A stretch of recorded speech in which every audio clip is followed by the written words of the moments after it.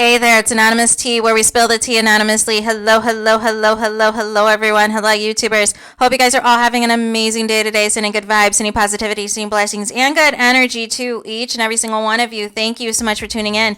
So today we're talking love and marriage, Huntsville. You guys know why you were here. Today I got to react to another scene of Destiny versus Sunni, and Destiny supposedly, reading off receipts, reading off text messages that we're going to talk about in a moment. I want to quickly give you a recap of this scene, and then we're going to dive right in, right? So this is a dinner scene from HELL because it's whack. It is absolutely whack, this whole thing. We already broke down the scene in which Sunni said she is sick of Destiny. They were not friends. So this is all silliness and all tomfoolery. But here we are, still talking about the silliness and tomfoolery because people do not want to discuss their real lives. People have nothing else going on, right? So, nonetheless, now all of a sudden, Destiny wants to be a investigator, wants to be the detective all of a sudden, and wants to come after Sunni on when things started to move forward with Moses, right? So, so then basically wants to know when things started with Sunni and Moses. Sunni says that they exchanged numbers in August, right? And basically, and then Destiny's like, and then what? And then what happened after that? And blah, blah, blah, blah, blah. And so then she was like, basically, listen, it took us 90 days or so to be married or whatever. But when did you guys become, officially in a relationship? What is the timeline on that? And it's like, girl. And so, and so Sunni is like, listen, we got married in 3 months or whatever. And so then, then the question was asked when she got married and all these things.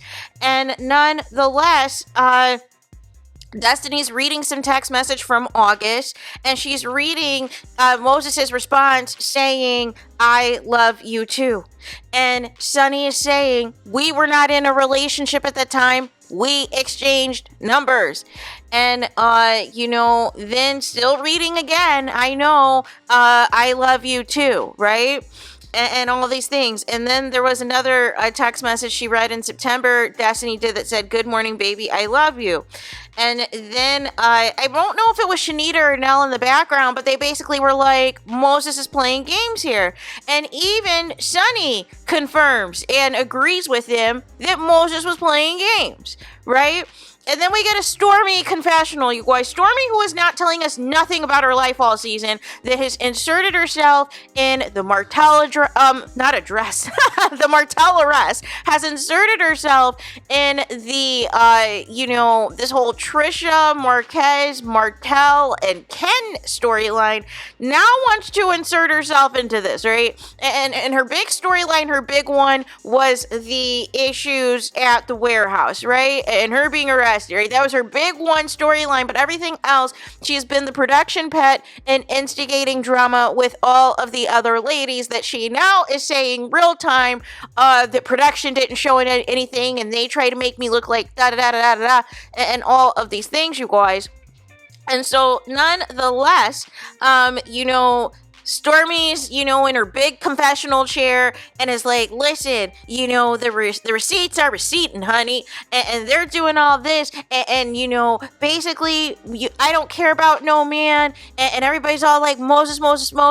But we need to look at Sunni because, Sunni, she just wanted Moses because Moses, put his thing in Destiny. And she wanted Moses to put his thing in her. And that is why she's just mad, right? Because you knew that it was in Destiny, so therefore you wanted a taste too. You wanted to get it. That's why I can't get jiggy with it. Shout out to Will Smith. Like what? What? And so then, as well, Destiny is all on this. Oh, this is all about the timeline thing. Thank you for watching my videos, Destiny, about your timelines, right? She's all like, the timeline doesn't make sense to me. And, Sunni's like, well, it don't have to make sense, right? And then Mel comes in at the end and is like, well, can I ask a question? It's like school. It's like, this whole thing is like school, you guys. Like, make it make sense. Everybody's in all different directions because nobody cares. And so Mel's like, what month did you get married?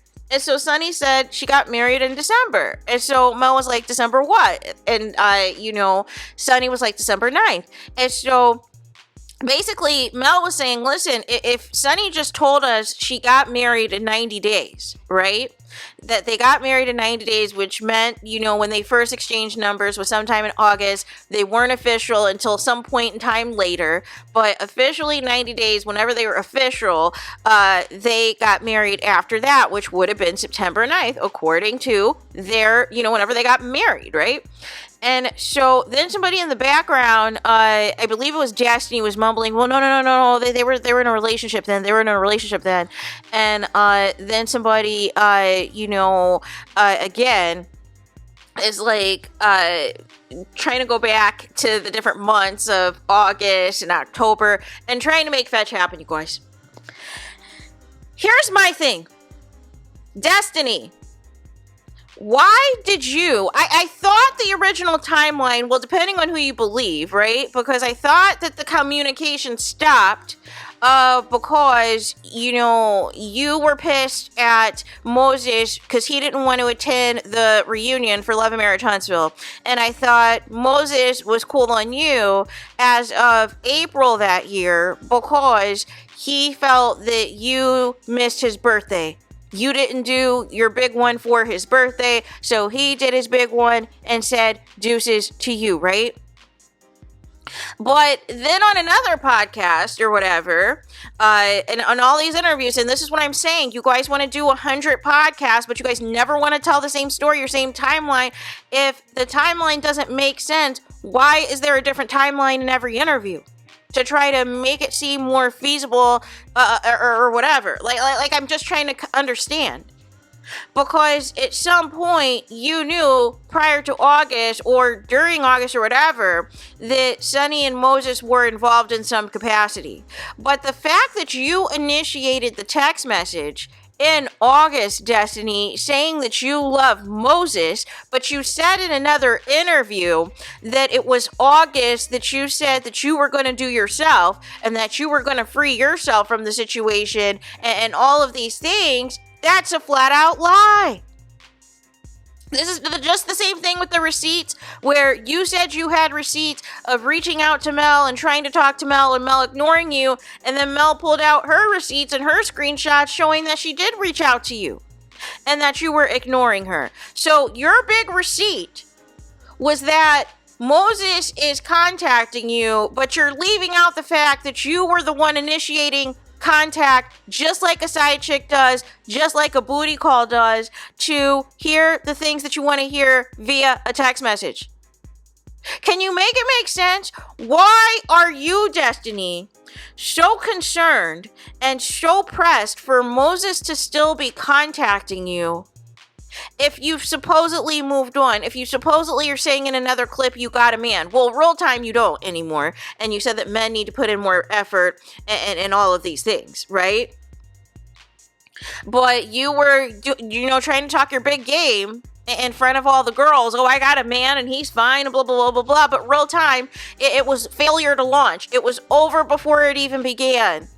Because you're looking for love in the wrong places. And I'm sorry, it's a little weird trying to fuel dating rumors with Kimmy's son Jalen, then trying to fuel dating rumors with Nelson Lance Fletcher, and all of this other type of foolishness. It's not cute, Destiny. And then trying to fan the flames with Martell, but then want to get mad when people try to accuse something going down with you and Martell. But all of this over a man that took, over 15 years to even make anything intimate with you, should have told you what time it was. And this is somebody who's been in jail. This is somebody who's got all these other things going on that, like I said, you are treating like Barack Obama. You were treating like he was this big time politician that was the epitome of perfection and dogged you out. And you guys were married with kids and you lived in a big old mansion and a big old house with 2.4 kids, the picket fence and the 2 dogs and all of the things. And I'm just trying to find, what are we talking about here? Why does a timeline matter to, as you guys would put it, a ding-a-ling that you were no longer involved with, that you claim that you moved on from? What is the result of these text messages that you initiated, at least on a few of them, Destiny, after knowing that things were moving forward with Moses and Sunni? Did any of this lead to a hookup? Did any of this lead to anything? Or were you just trying to put feelers out to see if you and him could still have something on the side? Because that's what you're used to. You're used to the side dishes that Moses was giving you before, when you guys were first entangled and he was flying you out to the hotels to stay out on the weekend while he was tending to during the week and during the day hours of his main chick / wife, depending on who you ask and what day and what interview you ask. No. No. I just can't get with this. I cannot get with this. Destiny, you were off the show. All the audience remembers from the show is you and LeBaric, and how quickly he filed for divorce after Law was born. And people want to be like, oh, there's a gag order. She can't say this and can't say that. Well, let me draw your attention. Go watch the Dear Future Wifey podcast, in which Destiny is in fact talking about her ex-husband, LeBaric, and is in fact giving out ABUSE allegations against LeBaric. So gag order where, you guys? When she wanted to talk about LeBaric, she does. When she has nothing else to do, when she's done, trying to pull 4 or 5 year old receipts on Mel, or trying to pull receipts of these text messages to prove that something was still happening with her and Moses while him and Sunni were involved, either way, she is not this pressed about LeBaric, who she has to pay within, I believe the time is dwindling down. She has to pay $20,000 to him, or she has to see 45 days in the slammer, you guys. Because the judge is tired of the tomfoolery. The judge is tired of the nonsense. But you're pressed over Mel, you're pressed over Sunni and Moses. And this is what I'm saying. I disagree with Stormy's take about not coming for Moses. Shanita and Nell had it right in the background that Moses was playing games, and he is. Like I said, this is an F-boy graduate, you guys. So nonetheless, why is there zero smoke for Moses? The whole point of that scene was Destiny wanted to throw in Sunny's face that, yeah, I'm still contact with him, but I initiated the contact with him. Girl, you should be feeling a certain type of way that Moses is out here running game on all y'all. And Sunny herself knows exactly the person she married. That's what's so funny in all of this, too. Sunny said on the podcast, on the Mel podcast with Carlos King back in January, that she knew when they first exchanged numbers, when they first started talking, that he was dealing with other women. That he was dealing with multiple women. So, nonetheless, this isn't the big gag or the big drag that you think it is when Sunny knows who she's married to. Sunny knows the exact F-boy that she decided to exchange vows with. But what I don't understand, Destiny, if you've supposedly moved on, if you supposedly have a man that's no longer in existence anymore, and all of these things, if you do not care, why are you pressed about a timeline? But the same timeline, you ignored these people when you wanted to present your case on these podcasts and make it seem as though you were blindsided when they told you both individually via text message, via phone calls or whatever, that they were romantically involved. But even Sunny confirmed you guys were not talking, but you still wanted to continue communication with Moses even after knowing he was involved with Sunny. Why? And you're initiating the conversation in August? I love you? Really, Destiny? No. This is so elementary school to me. This is so high school to me. This is amateur hour behavior to me. And this is why you keep getting treated accordingly, Destiny. I'm not putting stock, you guys, anymore in 2024 text messages and all of these things of I love you and all these other nonsense. If I'm not seeing you in person, if your actions are not reflecting any type of love, text messages mean zilch to me, you guys. I'm sorry. Like, what are we doing that people are accepting the bare minimum, like you, Destiny, which is why you found yourself single once again? Because you're accepting scraps from these dudes, and they know they can get you hook, line, and sinker because there's little they got to do. They could just repeat the text messages that you initiate to them, like a side chick, like a pick-me, like a bird, and then they've got you, and then they can schedule their next booty call with you. They can schedule their next hookup with you. They can schedule their next entanglement with you whenever they're tired of their girlfriend or wife. That is not a flex, Destiny. That is an embarrassment. And for people who are trying to, take up for this, it's nonsense. It's nonsense. Please give Moses the smoke when you guys have some time. Because it's Moses who's playing these games out here. But Destiny's whole purpose, it has nothing to do with Moses. That's what's so funny. This was all to try to embarrass and humiliate Sunni that, yeah, I can still be in contact with him. Yeah, I can still get at him. And basically, you told on yourself because you initiated the conversation about I love you. You reached out to him.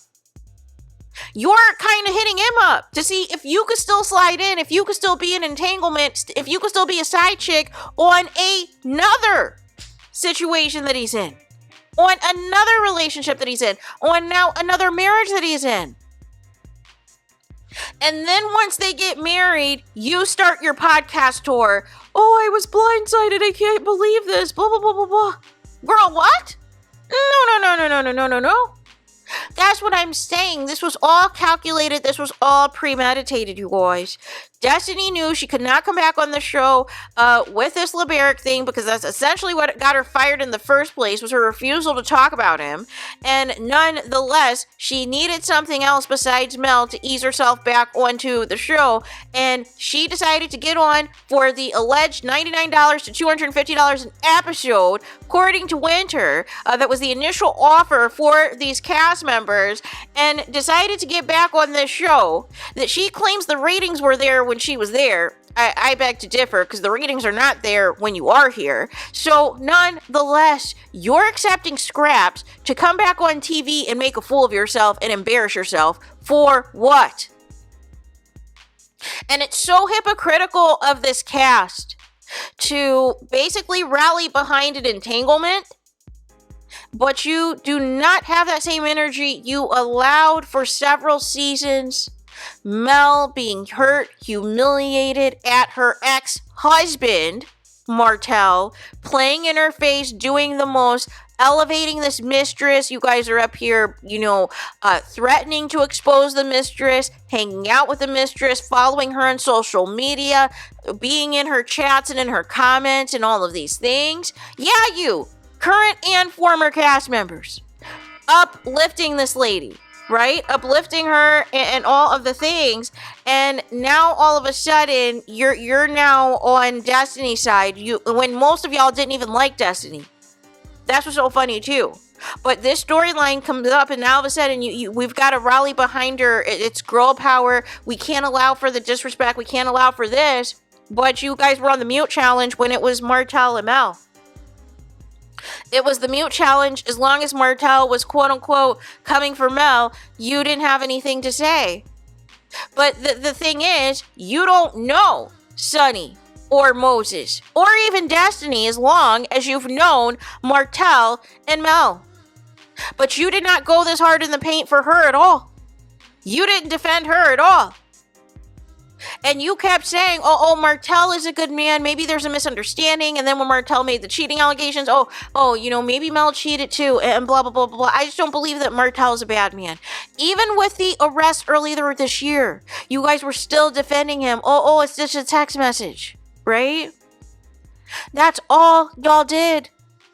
But now all of a sudden y'all got your big girl pants on and now want to go to war for Destiny. Why? When you admittedly, Kim, said that you were never going to see it for her.